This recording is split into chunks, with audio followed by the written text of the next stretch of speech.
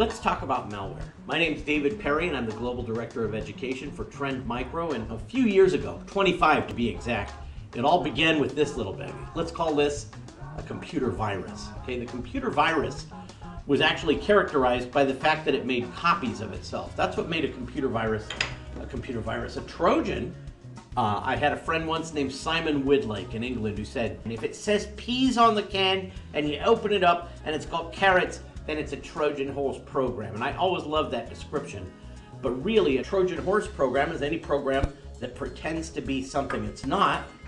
And worms are programs that spread from one system to another under their own legs. Now, all worms are a subset of viruses, and Trojans intersects both of those subsets.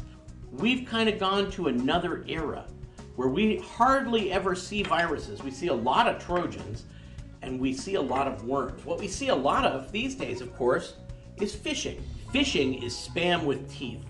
Phishing is when you get an email that says, your bank account, we forgot, this is your bank, we forgot your password, please type as your password. I have news for you, your bank never forgot your password. Phishing is email that ties you to a web-based threat or a web page, and when it does that, it sends you to actually to criminals who are trying to steal from you. They might want to plant spyware on your system, or they might employ a blended threat that uses several different kinds of threats together, and of course they might be sending it from spam. I hate spam. Spam makes up more than 80% of all the email in the world. Spam has evolved into something much worse, and that's this: phishing. Now, sometimes these things are polymorphic, which means that they take different forms, making them hard to identify. And sometimes they even use something called a remote access Trojan that remote controls your computer by the bad guys. Confused yet? Well, you will be.